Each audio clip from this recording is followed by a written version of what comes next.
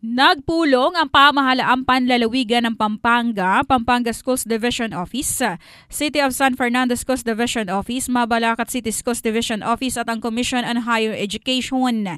Dito ay pinag-usapan ang mga pwedeng gawin ng kagawaran para hindi maapektuhan ang pag-aaral ng mga estudyante kapag may mga suspensyon ng klase kung may bagyo man o masama ang panahon.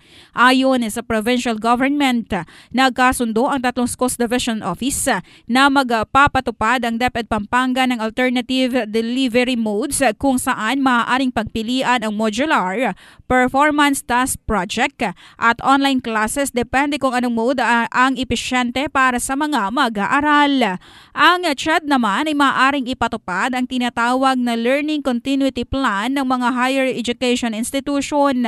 Maaaring magsagawa ng module, asynchronous classes, hybrid classes at iba pa ang mga paaralan tuwing mayroong suspensyon ng klase. Layo nito na hindi mahuli ang mga estudyante sa nakatakdang school calendar at makumpleto ang kaalaman na matututunan sa buong taon. Yan ang report, hatid ng Drybox Plus Herbal Capsule, lalaking laging umaangat.